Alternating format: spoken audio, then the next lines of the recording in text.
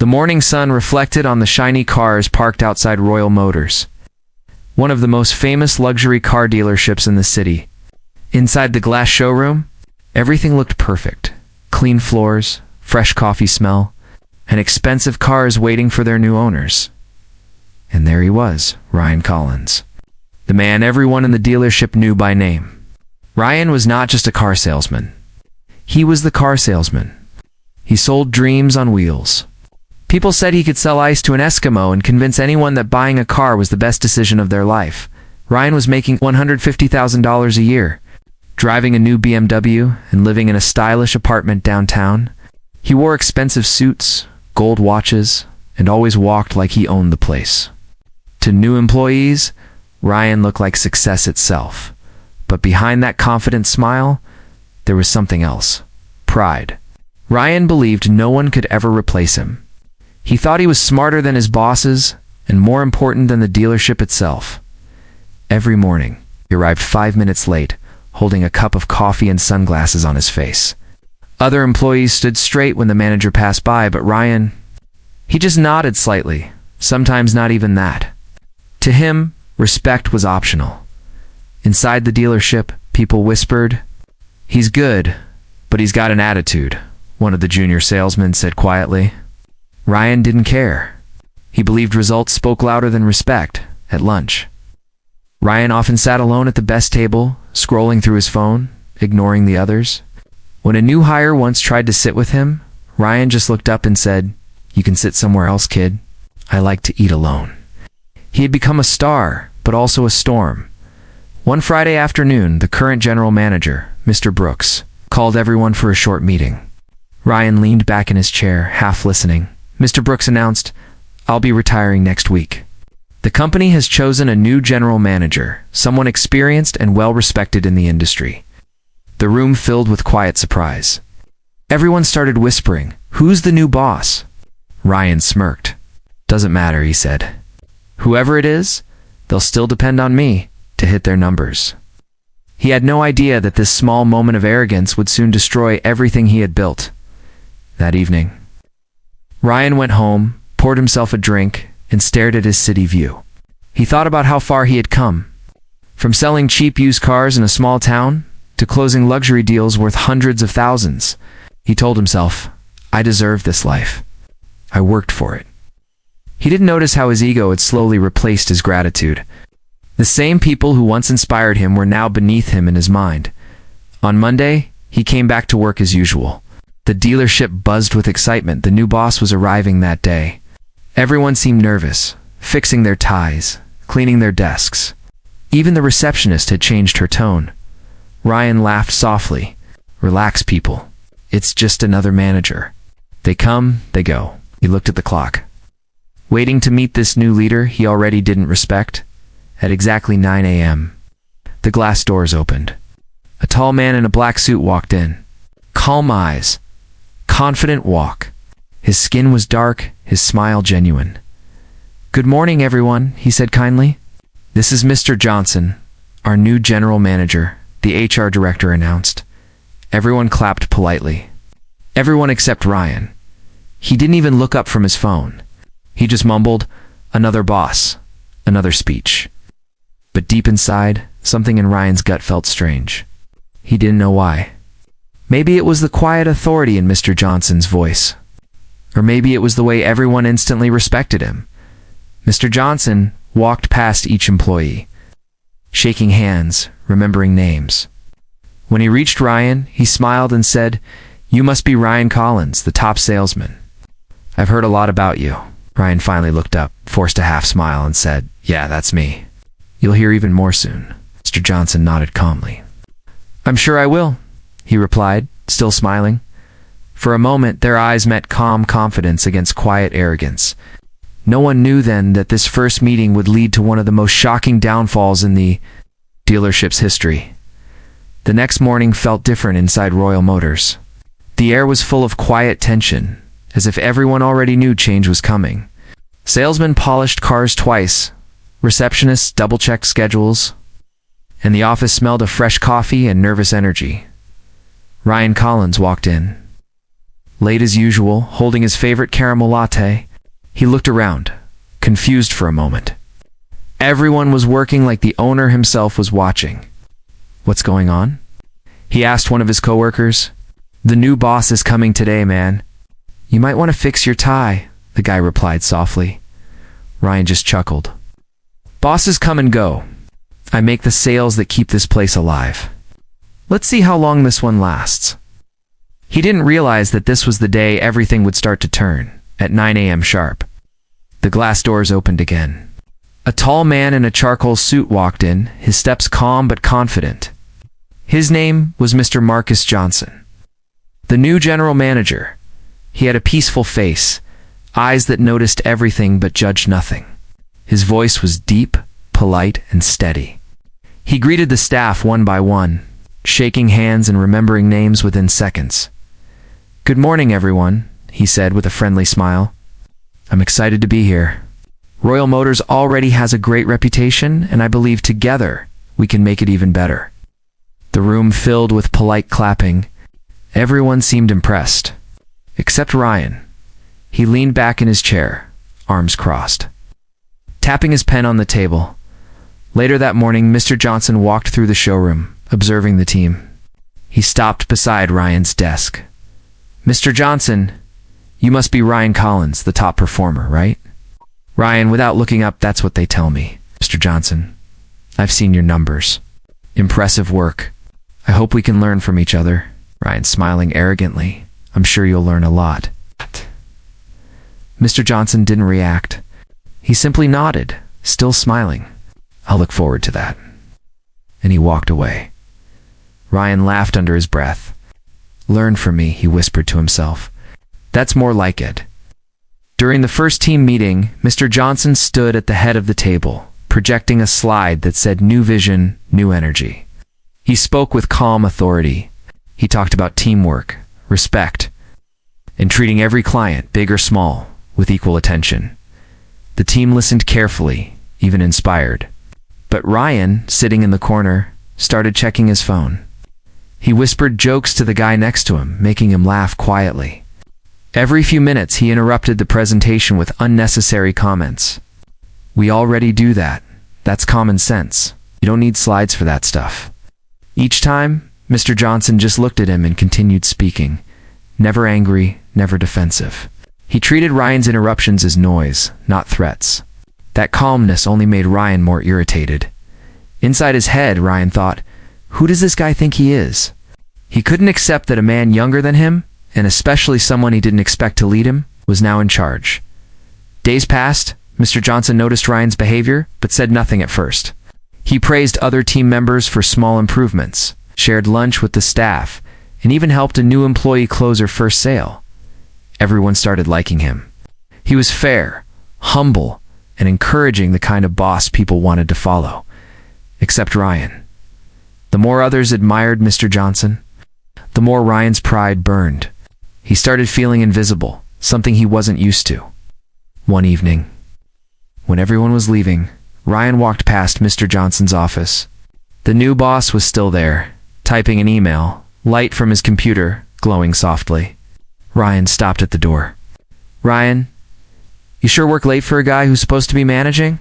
"Mr. Johnson, smiling leadership is about serving, not showing off." "Have a good night, Ryan." That single line echoed in Ryan's head all night. He didn't understand it, but it made him feel small, something his ego couldn't handle. By the end of the week, tension was thick. Everyone noticed how Ryan avoided Mr. Johnson in meetings or made sarcastic remarks. It was only a matter of time before things exploded. Mr. Johnson remained calm, always professional, always polite. But behind that calm smile, he had already decided something. He was watching, waiting. Because sometimes the best lesson isn't taught with words, it's taught with consequences. End of part 2. Next, part 3, the meeting that changed everything. Where one sentence from Ryan in front of the whole company costs him everything he ever earned. It was a bright Wednesday morning at Royal Motors. The air was filled with the usual sound of phones ringing and customers talking. But deep inside the office, something big was about to happen. A major corporate meeting was scheduled. All managers, team leads, and top salespeople were invited. The dealership owner himself, Mr. Patrick Lawrence, was joining through video call. Everyone knew this meeting could decide promotions, bonuses, and new responsibilities. Ryan Collins sat at his desk, adjusting his tie, smirking. He already felt like the star of the show. After all, he was still the top salesman. He believed the owner would mention his name, maybe even announce a reward. "You ready for the big show?" one of his coworkers joked. Ryan grinned. "Always. Let's see how our new boss performs under pressure." The meeting room was large, filled with glass walls and polished chairs. A long table stretched across the center. At one end, Mr. Johnson stood confidently, reviewing slides on his tablet. He looked calm, like a man who knew exactly what he was doing. Ryan walked in last, late again. He took the chair directly opposite Mr. Johnson, crossing his arms, wearing his usual confident smile. "Thank you, everyone," Mr. Johnson began. "Today, we'll review our performance and discuss some important changes for the next quarter." The projector lit up with numbers and graphs. Sales had been steady, but not as high as expected.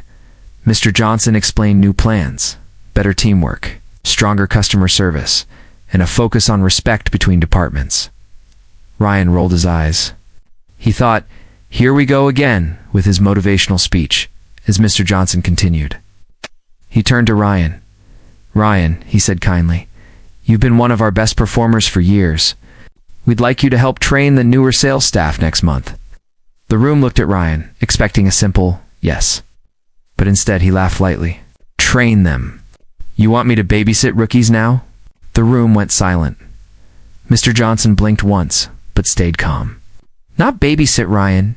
Teach them." "You have experience worth sharing?" "Experience, yes," Ryan said sharply. "But I don't have time to clean up after people who can't even sell a car without holding a script." A few people looked down. The air became heavy. Mr. Johnson took a slow breath. "We succeed as a team, Ryan. No one here is above learning or teaching." Ryan leaned forward, voice louder now. "Look, with all due respect, wait, maybe not that much respect. Sales don't come from teamwork. They come from skill, something not everyone has." He said it with a smile that wasn't a smile at all. It was mockery. Everyone froze. Even the owner on the video call went quiet. The words hung in the air like broken glass. Mr. Johnson stood still for a moment. Then he said softly, "Thank you for your honesty, Ryan. Let's take a short break." He didn't shout. He didn't argue. His calmness made Ryan even more uncomfortable. As people left the room, small whispers started. "Did you hear what he said? That was too much. Man, he's finished." Ryan ignored them, pretending not to care.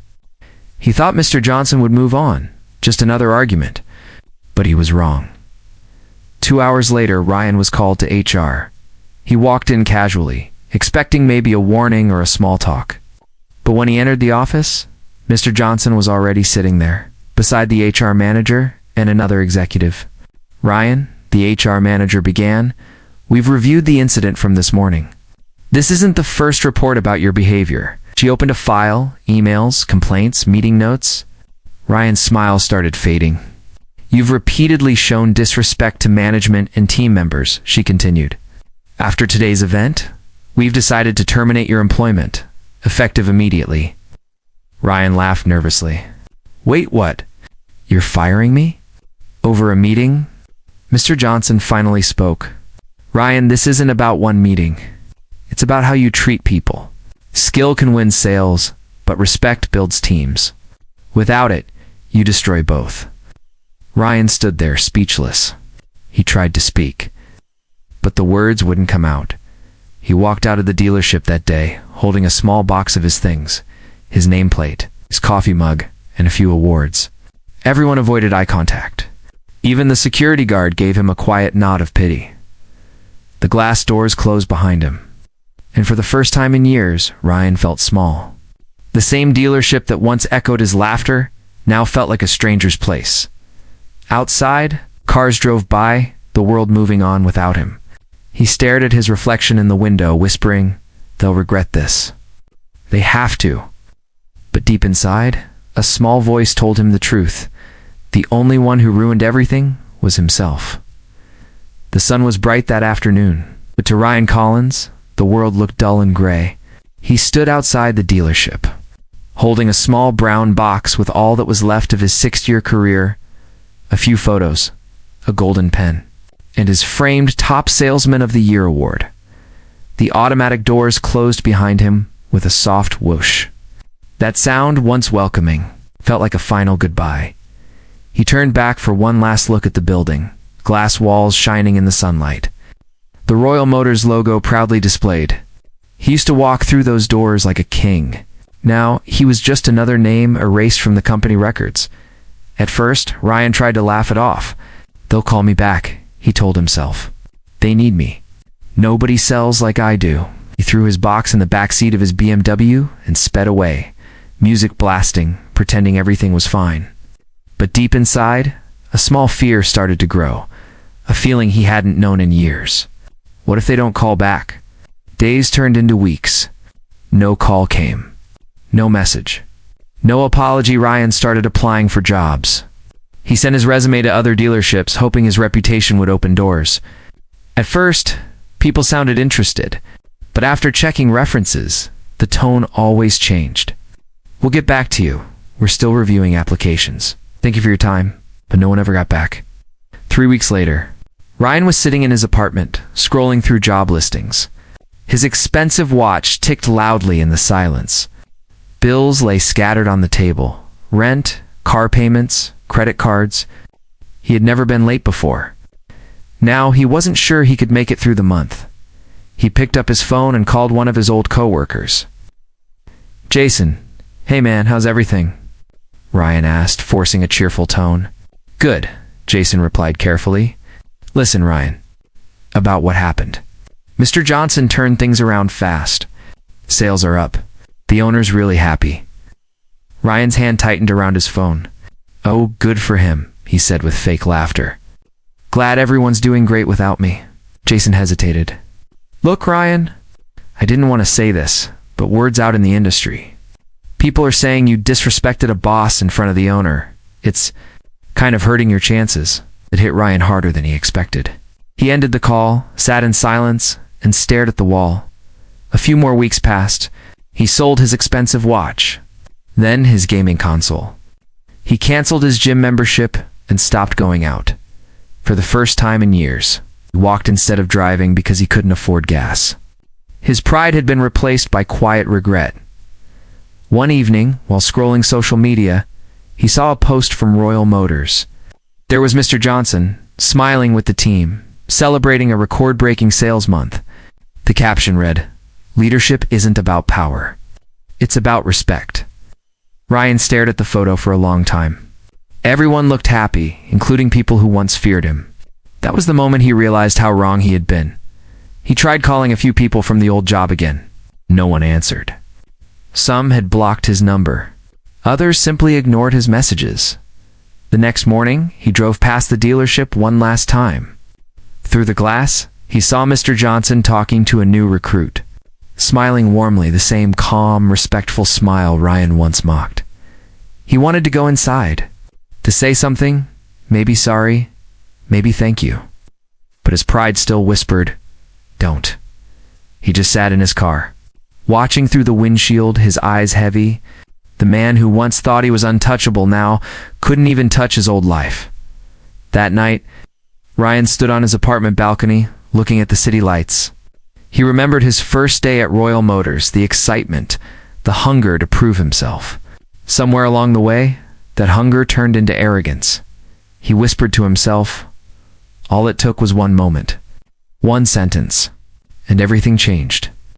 The wind blew softly. Somewhere below, a car horn echoed, distant, fading. Ryan realized he was no longer the man he used to be. The downfall had begun. And this time, there was no one left to blame but himself.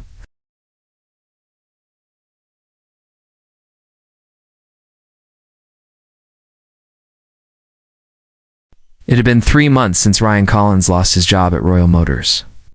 The once confident man in a tailored suit now woke up every morning to the sound of unpaid bills sliding under his apartment door. His BMW, once a symbol of pride, had been taken by the bank last week. He didn't even fight it. He just watched the tow truck pull away as the driver avoided his eyes. Inside his apartment, the walls felt smaller, the silence louder. He spent his days sending out resumes and his nights staring at the ceiling, wondering how everything fell apart so fast. One rainy evening, Ryan walked to the small cafe across the street, the only place he could still afford a cup of coffee. The waitress, a young woman named Mia, smiled politely. "The usual, Mr. Collins?" "Just coffee. No sugar," he replied quietly. He sat by the window, watching cars pass, shiny ones, like the ones he used to sell. He remembered how he used to tell customers, "This car isn't just a machine, it's a statement." Now his own statement was gone. As he sipped his coffee, his phone buzzed. A notification. It was from Royal Motors' social media page. A new post read, "Congratulations to Mr. Johnson and the team for breaking all previous sales records." Ryan froze. The photo showed Mr. Johnson surrounded by smiling employees, people who once worked under Ryan's command. He recognized Jason, the new kid, even the receptionist, all happy, all successful. Under the post, a comment caught his eye. "Best manager we've ever had. Mr. Johnson changed everything." Ryan's heart sank. For the first time, he realized the dealership hadn't just moved on. It had improved without him. Days blended together. His savings were almost gone. He started selling his belongings online, his expensive shoes, his designer jackets, even the old watch he once showed off at meetings. Each sale felt like losing a piece of himself. One afternoon, he received a call from a small used car lot on the edge of town. "We saw your resume," the manager said. "It's not a big dealership, but we could use someone with your experience." Ryan didn't hesitate. "I'll take it," he said quickly. His first day at the new job was nothing like Royal Motors. No luxury cars. No glass walls. No polished floors. Just a small parking lot with dusty vehicles and a flickering open sign that buzzed faintly in the corner. Ryan wore the same suit he once wore to business meetings, but here it looked out of place. The customers who came in weren't rich executives. They were families looking for cheap, reliable cars. At first he felt embarrassed, but as the day went on, he found himself listening more, really listening. An elderly man came in, looking for a small car for his wife. Ryan smiled gently and said, "You don't need something fancy. You need something safe." The man smiled back, grateful. For the first time in years, Ryan felt something different. Peace that evening. As he locked up the dealership, he saw his reflection in the glass door. The expensive car, the big salary, the arrogance, all gone. But for the first time, he didn't hate what he saw. He whispered softly, "Maybe this is what I needed." He looked up at the sky, the same sky he once drove under, feeling untouchable. Now, it felt like a teacher. A silent reminder. He pulled out his phone and opened Mr. Johnson's profile. After a long pause, he typed a short message. "You were right. I had talent, but no respect. I learned that the hard way. Thank you." Didn't expect a reply. But a few minutes later, the screen lit up. "Mr. Johnson, it's never too late to start again. Ryan. Real success begins when pride ends." Ryan read the message 3 times, his eyes watering. For the first time in months, he smiled, not out of arrogance, but from relief. That night, he walked home slowly, the city lights reflecting in puddles on the street. He realized life wasn't punishing him, it was teaching him. Respect, humility, gratitude. The things he once ignored were now his only real wealth. The man who once sold dreams was finally learning how to live one honestly. A year had passed since. Ryan Collins lost his $150,000 job. The man who once lived in luxury now worked at a small, old car lot on the edge of the city. The paint on the walls was peeling, the office fan squeaked, and the coffee machine leaked, but Ryan didn't mind anymore. Every morning, he reached early, opened the gate, and wiped dust from the windshields of second-hand cars. He no longer wore shiny suits. Just a clean shirt, old jeans, and a calm smile. For the first time in years, Ryan wasn't chasing numbers. He was chasing peace. One morning, a young man walked into the dealership, a nervous teenager, holding a folder full of papers. "Sir, I'm here for the sales job," he said softly. Ryan looked at him and smiled. "Don't call me sir. Just Ryan." He noticed how nervous the kid was, the same way he once used to be. Ryan showed him around, explaining the cars, the prices, and the customers. "Remember one thing," Ryan said gently. "It's not just about selling a car. It's about listening to what people really need." The young man nodded. Ryan didn't realize it, but in that moment, he had become the kind of teacher Mr. Johnson once wanted him to be. Later that day, an old customer walked in with his daughter. Their car had broken down. They didn't have enough money to buy another one. Ryan checked the car himself, got grease on his hands, and spent 2 hours fixing it without charging them. When the man tried to offer him a small tip, Ryan smiled and said, "Keep it. Just drive safe." As the old man drove away, Ryan felt a strange happiness, one that money never gave him before. He realized that real respect doesn't come from your title or your salary. It comes from your character. That evening, as he locked the door, his phone buzzed. A message popped up from a familiar name, "Mr. Johnson. Hope you're doing well. Ryan, we're expanding Royal Motors next month. Would you like to visit the new branch?" Ryan stared at the message, frozen. The man he once disrespected was still reaching out with kindness. He thought for a moment, then typed back, "Thank you. I'd be honored." A week later, Ryan arrived at the new dealership. It was bigger, brighter, and even more successful than before. When he entered, employees greeted him warmly. Some recognized his face from old photos on the top seller's wall. Mr. Johnson came out of his office with the same calm smile. They shook hands. "Mr. Johnson, it's good to see you again, Ryan." "It's good to see you too."